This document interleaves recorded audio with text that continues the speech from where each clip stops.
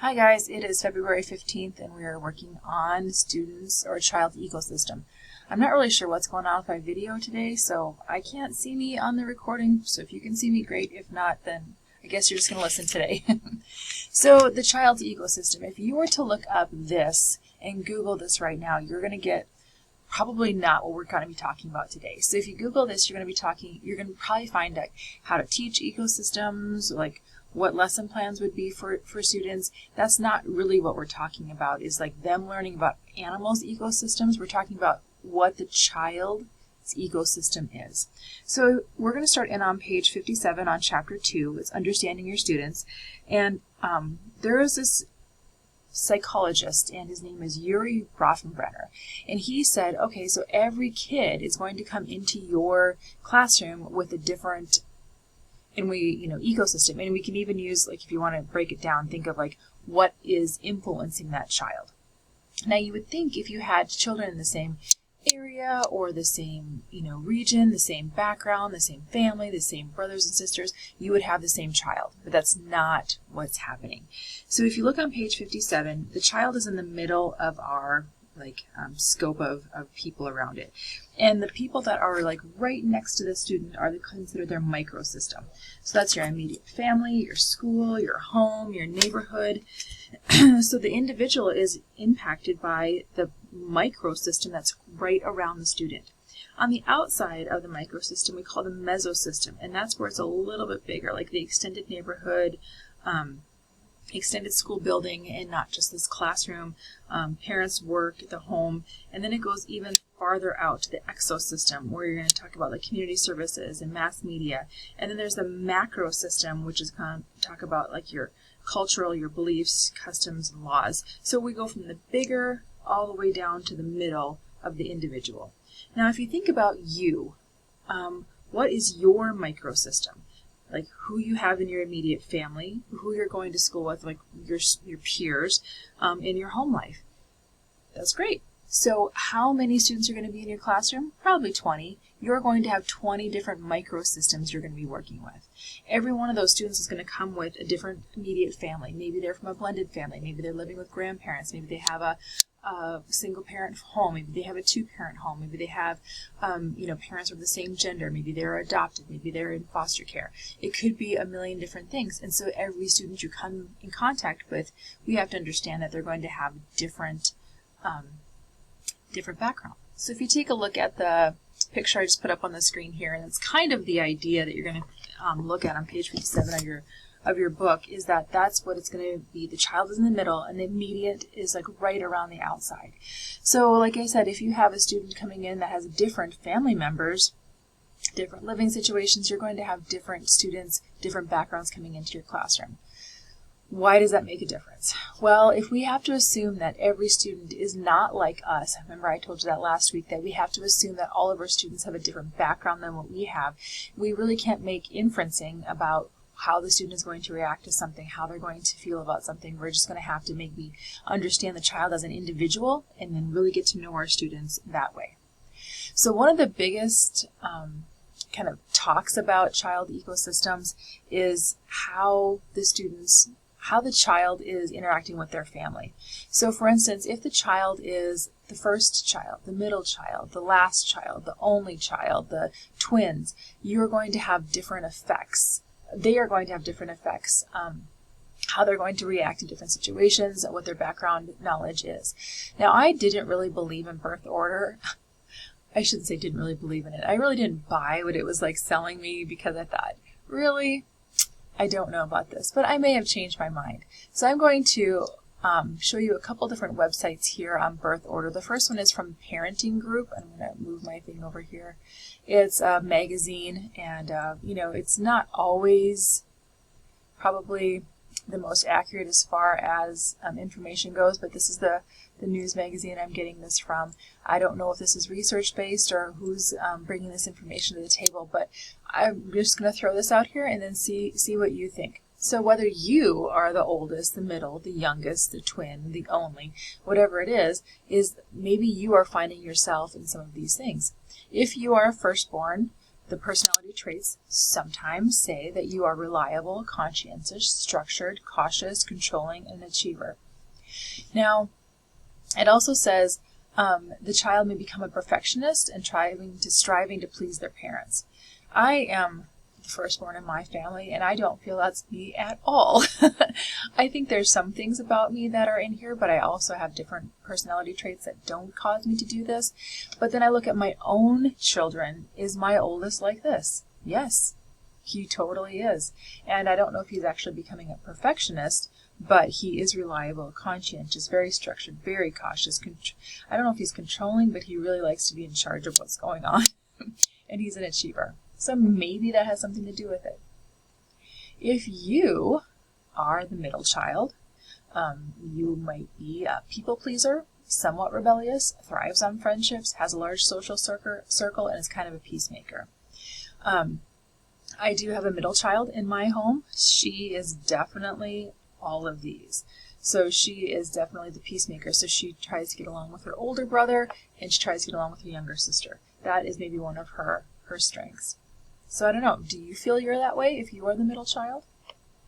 And then of course we have the youngest child personalities that sometimes they might be drawn towards fun-loving, uncomplicated, manipulative, outgoing, attention seeker, self-centered. This is not my youngest child whatsoever. And she's got pretty much everything opposite of this. Of course she's fun-loving, but, manipulative, I don't really believe that. But maybe I'm her mom and I can see things differently. Maybe attention-seeking, possibly, definitely not self-centered. So if you think about, are these true? Does this ring true for you?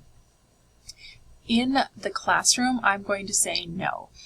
Even though Bronfenbrenner says this makes a big difference in the classroom, what I have found is that if you have students in your classroom that are more first order or first birth order traits versus second order traits and third order traits, if you combine them by traits that they're experiencing or they're exhibiting rather than their birth order, you're more likely to find pairs that work better in groups, and you can kind of understand where the student's coming from. So if a student is, like the only child one I have on the screen here, if it's mature for their age, a perfectionist, conscientious, diligent, and a leader, I don't really consider all my only children like this, but I do have some first birth order, maybe second birth order that are fitting that, so that I characterize them by traits. Why is that important? Well, you can kind of understand what their reaction to different situations are going to be. You can put them in different positions of leadership in the classroom. You can maybe make them part of a group that is going to really identify their strengths as a character instead of looking at birth order. Okay, so that being said, you can kind of take that or leave it as you want. Like I said, in the classroom, I look more for personality traits versus the actual birth order. But I have learned as a parent, this is huge. So I have 3 kids, and they are 6 years from the oldest to the youngest is 6 years different. So there's every 3 years there's a kid. So my oldest, as a 3-year-old, had mom and dad totally doting on him for 3 years, right? 1, 2, 3, before we had the second child. So he had our attention for the full 4 years or 3 years by himself. The middle child never got that. She never had mom and dad to herself. The youngest child now that everybody's kind of moved on out of the house, she has had mom and dad for 16, 17, and 18. So 3 years of her life, she gets mom and dad. So if mom and dad are doting on the last one at ages of 16, 17, 18, what is it going to be different looking like the 3 years at the beginning when my son was, 1, 2, and 3, having parents on his own like that? So, and there's a good, my kids are older now, so it's 20 years ago. So you think, was I the same person 20 years ago, parenting this child I had by myself? Mom and dad by itself, or am I parenting this child now at 16, 17, 18 by themselves? It's a whole different world. So same parents, same, we lived in the same house, we used to have the same everything, we still have the same dog. I mean, it's the same things over and over again, but my oldest and my youngest could not be farther apart in personality traits, but also how their home life is. It's very different. When my son was living with us, just mom and dad, 1, 2, and 3, he, got our attention, but the oldest, or my youngest, the 16, 17, 18 by herself, we cater to her. Like, what do you want for supper? Well, whatever she wants. And we're following her things and doing all the stuff that has to do with that older child being home alone, if that makes any sense at all. And if you think about that younger, the middle child got drugged to all of the older students' football games and basketball games, whatever, before she was even old enough to do it on her own. And yet she has to kind of mentor the youngest in our family too. So, you're going to be the first one taking volleyball or the softball or basketball, whatever, and we're going to follow in those footsteps. So, yes, birth order has something to do with your classroom, but not always. There's another website out here that might explain things a little bit better, that's a little bit more reliable. So this one is WebMD, What to Know About Birth Order. And I would encourage you, I would encourage you to look at that and see what, it's not moving for me. Like, what do you believe? If you think this is something that is reliable. And then kind of think about yourself too. Here's the website. I'm going to put the picture up here a little bit more so you can see it. Hopefully. There. WebMD. Not family and pregnancy. What to do and what to know about birth order. So it's something interesting. If you are an only child, are you going to be more drawn to those children in your room that has the same background as you do? I don't know. What do you think? So as we go back to the child's ecosystem, yes, the child's birth order has something to do with it. The immediate family has something to do with it.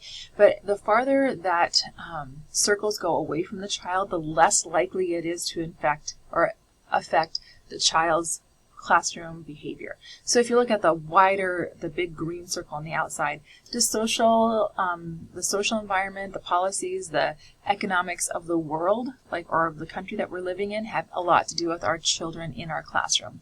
According to them, no, it doesn't. So it really is, if we can make that circle of, they call it the sphere of, what's it called? It's the sphere of, the sphere of influence, that's what I'm talking about. So you think about everybody that's in your bubble of your world. If you have direct relations with that person, that family member, that student, that child, whatever it is, that you're affecting or you are having to do with their environment. So if we think about being a teacher in the classroom, you are one of the spheres of influence that's around this child. So what we have to understand is that every child in the middle of that sphere is going to be unique, and everyone comes with a different background. Everybody comes with different family situations. We come with different social statuses. We come with different, socioeconomic status. We talk about their cultural backgrounds and, things that are at home for traditional things at home. They are different on every single student, regardless if they're from the same home, same region, same everything. So, understanding your students, chapter 2, one of the biggest things is that, yes, we have to understand that they are not going to have the same background experiences that we did. They may grow up totally different. How do we react to that? Is that we're going to have to treat every child with an individual eye and help them through whatever they're dealing with. So if a student is having a reaction to a story that you're reading or a newspaper article that you brought up, then we need to think about what happened with that student, or what can we do to help alleviate, or what can we do to, kind of get that sphere of influence, that bubble around them a little bit more understanding and accepting. So hopefully that made sense. I know it's hard to hear me without seeing me, and hopefully I'll get my camera fixed here pretty soon, but I felt I babbled. I don't know. I think I may have babbled on this one. So I apologize if it didn't come out as clear as I'd hope it would be, but the child's ecosystem is a big deal, and the more we know about our students, the better we are to help them. Because remember, we have the two things we need to remember of education, is that we need to build relationships with our students, and that you are responsible for their learning. All right, well, I will see you Thursday.